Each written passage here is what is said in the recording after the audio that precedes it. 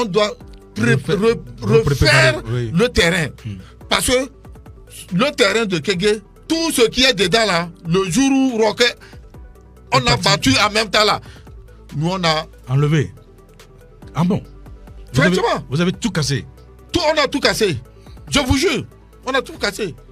L'aspect spirituel ou de pratique occulte au niveau du football chez nous. C'est une question qui a été évoquée lors du récent regroupement de la sélection nationale dans le cadre des éliminatoires de la CAN.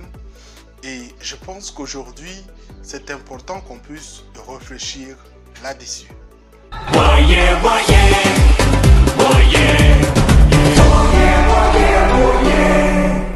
Tout de suite, même si l'équipe nationale veut jouer là, je vous jure, si moi je prends de l'eau, je reste à ma devanture comme ça, je parle, je verse, laisse les périmètres tout faire. Parce qu'on m'a trop triché. On a préparé le terrain de Kégué. Au centre du terrain. Oui, dans le micro. Au centre du terrain, sur les deux poteaux, on a placé des choses là-bas. Et maintenant, dans les vestiaires. Pourquoi vous avez enlevé ça? On a enlevé ça, c'est notre argent. Salut à toi, bienvenue sur ma chaîne, moi c'est Jacques. Ici j'analyse l'actualité sportive africaine et si tu ne l'as pas encore fait, abonne-toi à ma chaîne, active la cloche de notification pour qu'on puisse continuer par évoquer ces types de sujets ensemble.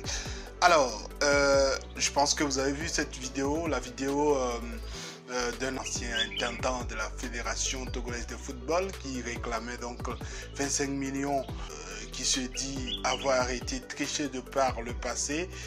Et je pense que beaucoup sous mes publications sont revenus là-dessus et d'autres sont venus donc en message privé pour poser la question sur ma position là-dessus. Je pense que c'est le moment qu'on puisse aborder maintenant que la double confrontation face au Burkina Faso s'est achevée. Alors, je voudrais d'abord qu'on soit assez clair. Ici, j'aborde très souvent l'aspect scientifique, l'aspect assez logique du football qui veut qu'on puisse travailler de façon importante dès la base pour arriver à avoir des résultats probants au niveau des seniors, au niveau des compétitions continentales.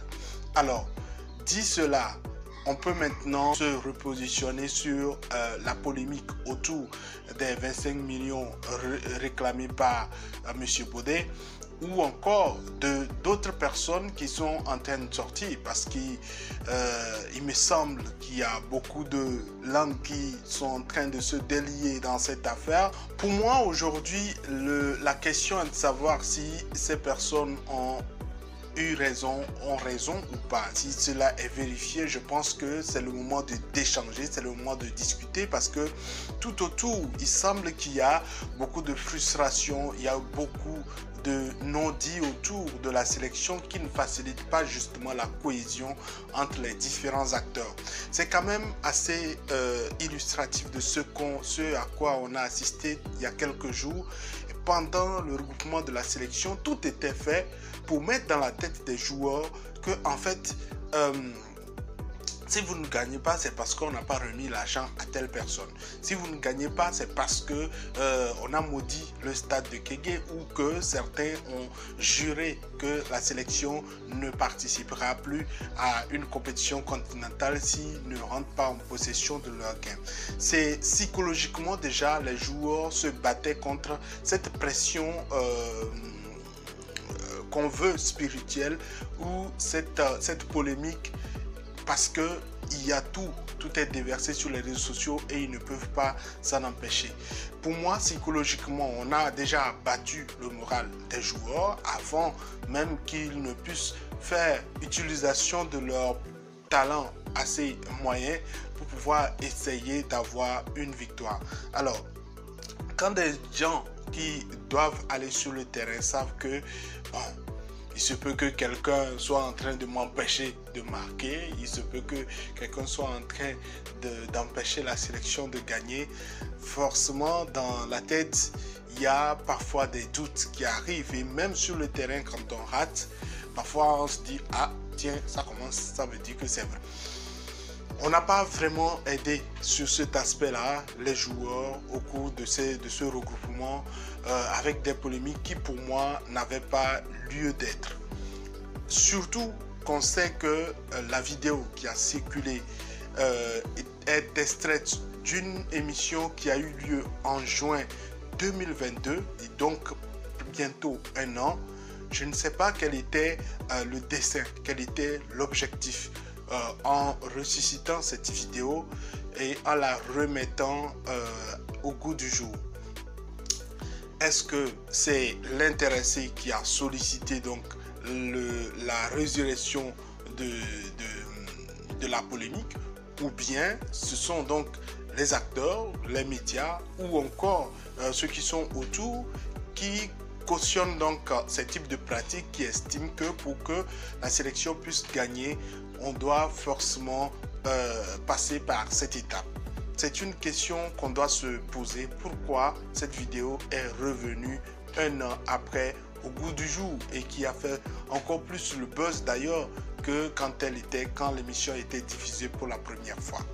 Il y a beaucoup de choses qui se passent dans le football africain, des choses spirituelles sur le football africain qui parfois l'empêchent même de décoller. Si autant tout pouvait marcher, pourquoi les sélections africaines n'arrivent pas à remporter la Coupe du Monde? Pourquoi est-ce que des sélections africaines qui continuent dans ce type de pratique n'arrivent pas à remporter déjà la Coupe d'Afrique des Nations? Pourquoi est-ce que les clubs qui sont dans ce type de pratique dans leur pays n'arrivent pas à franchir le cap de la deuxième division ou encore arriver à remporter la première division? Pourquoi est-ce que ces clubs n'arrivent pas à remporter la Ligue africaine des champions ou encore la Coupe de la CAF? Alors, tout ceci étayé montre clairement qu'il y a beaucoup d'insuffisances dans ce type de pratique et qu'on doit se repositionner dans l'aspect logique du football, notamment travailler la base, former des jeunes de qualité, des jeunes qui soient donc préparés de la meilleure des manières, avec des formateurs rompus à la tâche. Je pense que dans toutes les religions, on le dit, il faut te faciliter la tâche avant que l'être suprême ne puisse également apporter ta pierre, achever donc ton accomplissement. C'est justement pour cela qu'aujourd'hui, il y a des académies, qu'il y a des clubs bien organisés, qu'il y a des sélections, qu'il y a des compétitions. Sinon, le plus fort spirituellement serait déjà champion du monde et puis bon, le combat est clos, c'est terminé. Le fait qu'il y ait des challenges de développement, des challenges de travail perpétuel fait que forcément il y a un nivellement de talent au niveau des clubs ou au niveau des sélections. Les choses changent et ça peut mettre du suspense dans chaque compétition. La prochaine Coupe d'Afrique des Nations par exemple, pour moi, ne se jouera pas sur le plan spirituel, mais beaucoup plus sur des pays qui se sont déjà qualifiés, qui ont travaillé depuis plusieurs années pour se qualifier. Revenons maintenant à l'aspect de la sélection nationale togolaise. Moi, j'estime que maintenant que le fait est, maintenant que la polémique est bien enflée, il urge qu'il y ait un rassemblement au niveau de tous les acteurs. Ceux qui ont géré le football depuis des décennies et ceux qui sont en train de gérer, et peut-être encore d'autres acteurs qui estiment pouvoir apporter la solution. Quel était le secret des réussites passées et quelle est aujourd'hui l'importance, quelle est aujourd'hui l'urgence, quelles sont aujourd'hui les activités à faire.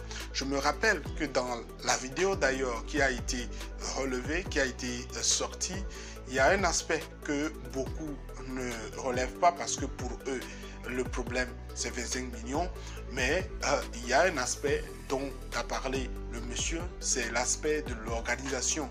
Il a dit qu'il manque beaucoup au niveau de la Fédération togolaise de football en termes d'organisation et tout ça.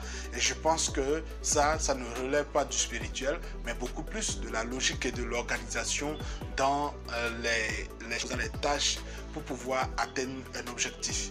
Quel est ton avis par rapport à cette situation? Est-ce que selon toi, on doit rembourser à ceux qui réclame aujourd'hui la paternité des victoires anciennes ou on doit se reposer la question scientifique de ce qui nous manque dans notre football pour qu'on puisse travailler pour demain. J'attends ton commentaire. Si tu ne l'as pas encore fait, abonne-toi à ma chaîne, active la cloche de notification. On se dit à très bientôt.